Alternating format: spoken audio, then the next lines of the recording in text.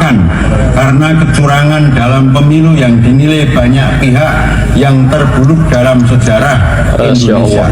Ironisnya, problematika pelanggaran pemilu yang sering disebut terjadi secara terstruktur, sistematis, dan masif terjadi justru terkait dengan perilaku Joko Widodo sebagai Presiden RI sebagaimana yang tersebar luas di media sosial dan surat kabar sebaran sehingga memperoleh hasil yang baik, tetapi karena oknum bangsa ini yang tidak jujur, tidak adil, tidak transparan, apalagi justru itu dimulai dari tokoh kita, maka rusaklah pemilu yang kita jalani. Bahkan hingga kita ya Allah ya Rob, kita sudah menyaksikan Pak Anies ini ketika di Jakarta ya Allah telah berhasil. Allah, ya Allah, Jakarta. Mohon ridho Engkau ya Allah. Amin, menjadi Presiden RI 2024. Amin. Ya Rob. Ayolah bawa politik guys, lebaran, Masya Allah, lebaran nih, lebaran nih. Presiden RI 2024 dan Baik, assalamualaikum warahmatullahi wabarakatuh. Apa kabar pada teman-teman semua? Saya harapkan teman-teman semua sehat-sehat selalu ya teman-teman. Sekali lagi saya ucapkan minal aidin wal faizin wal makbulin, mohon maaf lahir dan batin. Selamat berlebaran, selamat berhari raya ya. Selamat hari raya Idul Fitri 1445 Hijriah buat teman-teman muslim yang melaksanakannya teman-teman. Buat teman-teman non muslim, salam sejahtera buat kita semua ya teman-teman. Ketika melihat teman-teman yang di rantau nggak bisa pulang gitu teman-teman, kan nggak bisa pulang hari raya gitu ke kampung halaman ya, mungkin sudah sangat berusaha untuk bisa balik kampung ataupun mudik, tapi dengan satu sebab mereka tidak bisa mudik gitu untuk merayakan hari raya Idul Fitri bersama keluarga teman-teman. Di video kali ini teman-teman ya, yang sangat miris sekali ya, sholat Idul Fitri yang dirusak oleh khotib yang tidak bermoral seperti itu teman-teman. Apa namanya, orang sudah suci, sudah bersih, mandi ya, berangkat ke masjid, berangkat ke musola ya untuk melaksanakan sholat Idul Fitri berjamaah, malah tahu-taunya setelah di tengah-tengah pelaksanaan kegiatan ibadah sholat Id ternyata ada sesuatu yang sangat mengganjal. Apa itu teman-teman? Yuk kita simak video berikut ini ya. Menjadi sangat lebih memalukan dan memuakkan karena kecurangan dalam pemilu yang dinilai banyak pihak yang terburuk dalam sejarah Indonesia. Ironisnya, problematika pelanggaran pemilu yang sering disebut terjadi secara terstruktur, sistematis, dan masif terjadi justru terkait dengan perilaku Joko Widodo sebagai Presiden RI sebagaimana yang tersebar luas di media sosial dan surat kabar. Sebab itu mereka yang dahulu merasa sebagai pemilihnya sebaiknya istighfar karena pilihannya telah membuat kecewa banyak pihak. Bangsa kita adalah bangsa yang besar, namun perilaku yang curang dalam pemilu kita bisa menjadi bangsa yang porak-poranda dibuatnya. Pemilihan umum yang seharusnya dilaksanakan dengan jujur, adil, dan transparan sehingga memperoleh hasil yang baik, tetapi karena oknum bangsa ini yang tidak jujur, tidak adil, tidak transparan, apalagi justru itu dimulai dari tokoh kita, maka rusaklah pemilu yang kita jalani. Bahkan hingga kita masih harus menunggu proses peradilan sengketa pemilu. Semoga saja keputusan yang ditunggu oleh banyak pihak mampu memberi kepuasan pada masyarakat luas. Bagi kita bangsa, bagi kita semua, yang penting dalam hidup ini masing-masing harus sadar, menyadari bahwa berpegang teguh Al-Quran itu mutlak adanya. Bagaimana tidak, Al-Quran sudah berpesan dalam surat Al-Mutaffifin, Bismillahirrahmanirrahim, wailul mutaffifin alladzina idza qalu 'alan nasi yastawfun wa idza qaluhum aw wazanuhum yukhsirun ala yadhunnu ulaika annahum mab'utsun liyaumin 'adzim yauman nasu yaqumu li rabbil alamin alla inna kitabal fujari. Kamu bubar guys ya. Innalillahi wa inna ilaihi raji'un. Sangat-sangat tidak bermoral guys ya, tidak bermoral. Ini yang benar-benar tidak beretika ya guys. Saya yakin ini disuruh lah gitu guys ya, disuruh-suruh, ataupun ini juga dia pakai teks segala macam. Ini saya khawatir ini adalah badut-badut dari pendukungnya Anies ya guys ya. Karena Mas Anies ini tidak pernah melarang pendukungnya untuk melakukan segala cara ya, menghalalkan segala cara, nggak tahu tempat, nggak tahu waktu gitu teman-teman ya. Sehingga orang-orang yang ingin mendekatkan diri ya, mensucikan diri menghadap Sang Ilahi ya, terutama waktu di sholat Id kemarin itu ternyata dirusak ya, dirusak niatnya, digugur pucuk pengharapannya teman-temannya. Ini sangat-sangat tidak bermoral, ya teman-teman ya.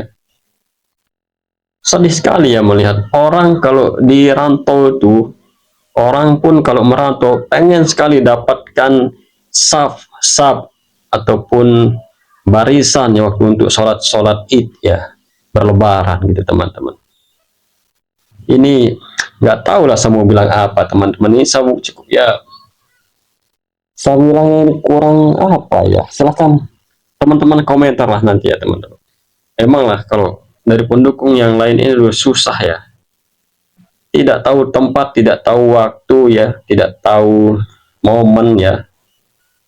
Kalau saya pun dari sana teman-teman, mungkin saya ambil batu ya, lempar tuh khotibnya. Soalnya banyak jamaah yang merasa terzolimi ya begitu teman-teman, ketika ingin menghadapkan diri dengan penuh rasa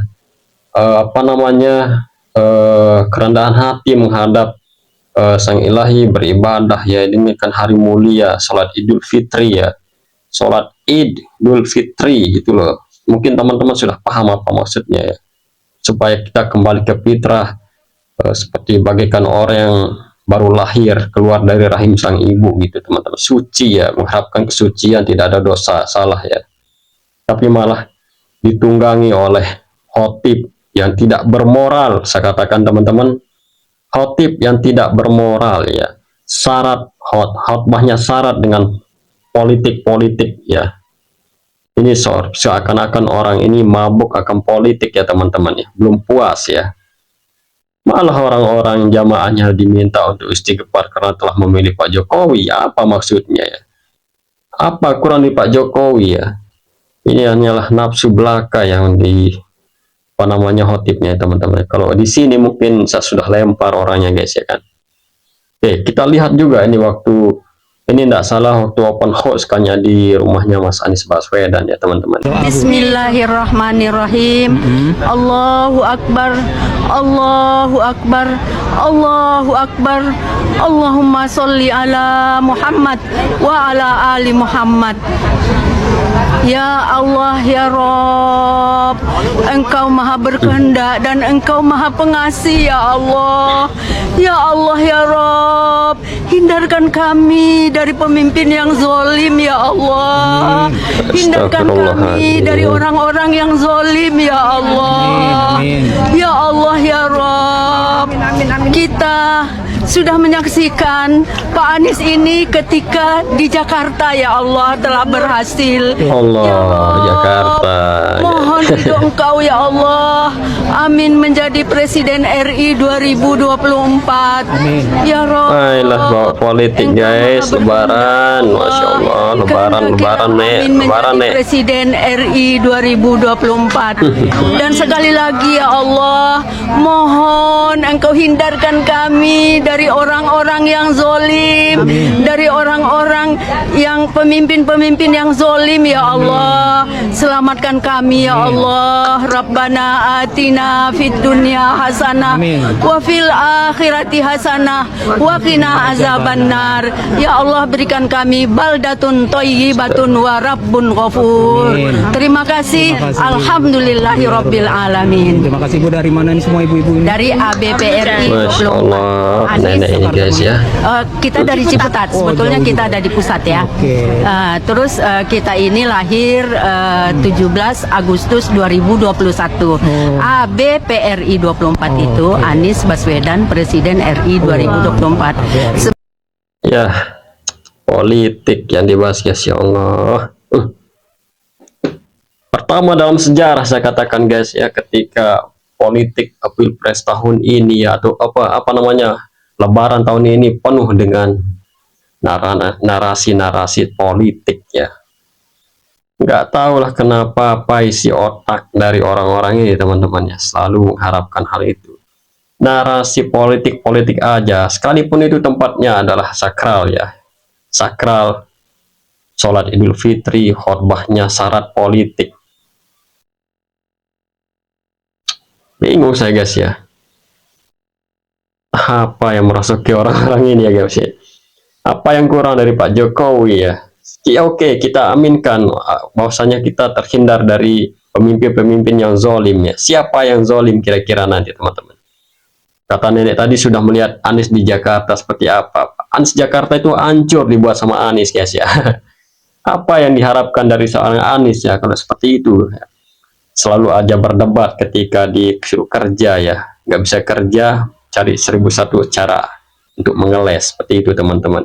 Malu saya melihat Mas Anies ketika ditegur Pak Menteri ya, terutama Pak Bas yang disuruh untuk merapikan sodetan Ciliwung, marah.